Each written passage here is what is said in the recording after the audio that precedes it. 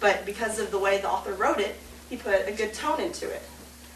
Okay, I'm going to read you guys a little bit of my novel, just a few paragraphs, I think, and going to show you some things that I've figured out. But I'm going to read you this real quick. This is just a little excerpt. Hope turned on the next hallway they passed, and she gasped. On the floor of a cell, crumpled in a ball of skin, clothes, and bones, sat a middle-aged man who had not seen sunlight in years. His beard had grown to a tremendous length, and his appearance was nothing short of ragged. But Hope looked at him and saw with her heart, and not with her eyes. "Dad?" she whispered. The man looked up, slowly tilting his head to bring Hope's face into vision. Immediately, his entire demeanor changed, and his face brightened up. She looked at him and saw with familiar eyes. "Who are you?" he asked. "I am your daughter," she replied just above a whisper. His eyes grew wide. A single tear fell from them. "Hope," he cried. They both leaped towards the metal bars, embracing each other despite the separation. Her father's chains rattled against the bars, but Hope did not care. She cried despite the 1,001 promises she had made to herself all those years, that she would not welcome her father home, that she would not hug him, and that she would never love him or forgive him. But now all those false promises and angry wishes started to fade, as though the warmth of their embrace was melting Hope's bitterness. Okay, thank you. What's something you noticed about what I did? I didn't use words like very, I didn't use words like stuff or things or any of the dead words. That's what we call them, is dead words. You hate seeing something like that in a novel. You don't really think about it, but whenever you read a novel and you didn't really like it, it's either because of poor writing or you didn't like the story. Poor writing can be easily fixed if you just use better words to do stuff. Normally, when I'm writing on the computer, if I realize that I just wrote a dead word, I think, oh, what can I put in its place? If you side click and look up in a thesaurus and type in that word, you got tons of other words that are a lot better than what you could have had on there. Like very, you could have extremely or horribly or wonderfully, depending on what the situation is. And it just makes it 10 times better. For writing every day, if you're thinking, well, I update my Facebook status, sure, but a sentence a day, that could take forever.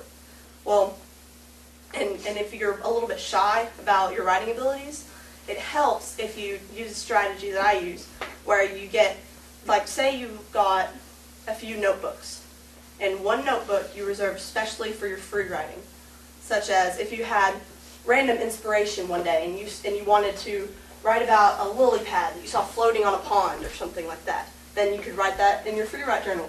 And a few years later, you're looking back on your journal and you have written this little paragraph and you're thinking, wow, that was pretty good. And I've gotten better since then. The more you write, the better you get. And what I've done is, I read this article, my grandmother sent me this article that had a specific writing strategy where you use 6 journals, and in each of the 6 journals, like just stick them on your shelf, each one is set for a specific thing. How many of you have ever used Cha-Cha? Well, on Cha-Cha, there's a thing where you can get a quote a day, or you can get a word a day, where it's an interesting word and it'll give you the definition and things like that. Just search on Cha-Cha and type in quotes, or go on or text them and ask for interesting words or something like that. And every day you can get one. And what I've done is I've done both of those and write them down in a journal that I call my interesting words journal, and quotes. And I put the quotes in the front and the words in the back. And it makes it so much easier because I'll look back and say, I want to use one of those interesting words today. And I'll go in and look at my interesting words. I'm like, oh, facetious. That sounds interesting. I should use that one.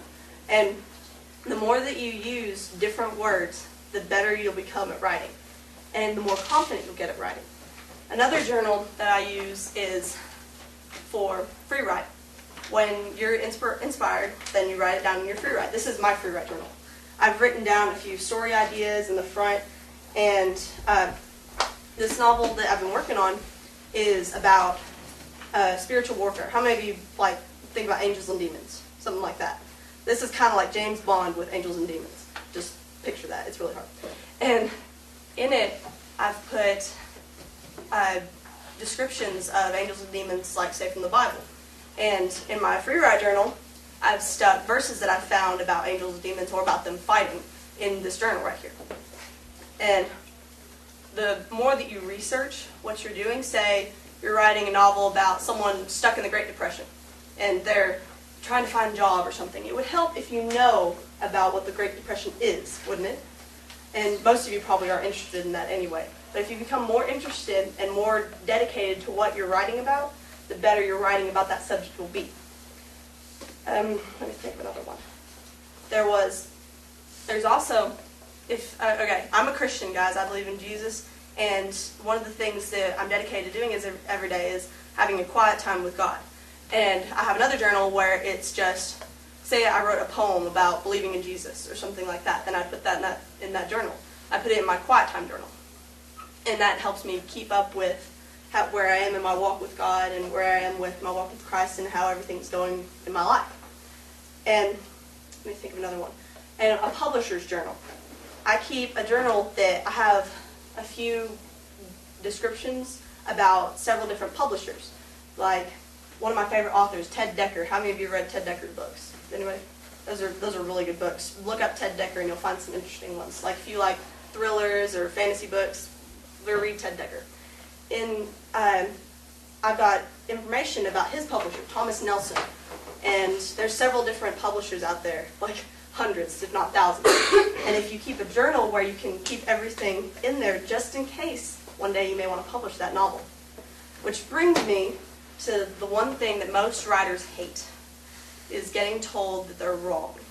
There's something about when you write work or write a story that if someone else says, well, that shouldn't go well, that doesn't work right, and you don't like that, okay? It feels like this is your baby or something. You want to protect it, you want to keep it as safe as you possibly can, and whenever someone helps you edit it, say they're trying to help you describe a scene better, then it helps you with your writing. Please do not take it offensively if someone says, oh, that's pretty good, but I think you should do this instead. They're actually just trying to help you. When you're writing your novel, if you're writing one, I know most of you are thinking, why am I ever going to write a novel? Trust me, if you started one, if you wrote about the subject that interests you, you'll want to write more. And when you're writing, you need to make sure that you do not get offended whenever the guys or whoever it is editing stuff on it. And when he edits it, you need to listen to what he's saying, whoever it is. When whoever you're wanting to get to help you with your novel, once you start editing it, say you wrote the whole thing and now you need a second opinion, then ask somebody outside of your family, like a teacher. You can ask Miss Weston or you can ask Miss Shields. Ask them to read it and ask them to be as critical as possible with it. Well, if you let them do that and you actually listen to what they say, then it helps you tremendously with everything that you're doing. Let me think. Oh yeah, and National Novel Writing Month every year. Go to this website and you can learn more about it. But National Novel Writing Month is in November every year. And you can, there's a program that they do called the Young Writers Program. And the National Novel Writing Month, NaNoWriMo, does most of the adults. Like if you're an adult and you want to do it, I went ahead and did it a few years ago just to see if I could do it.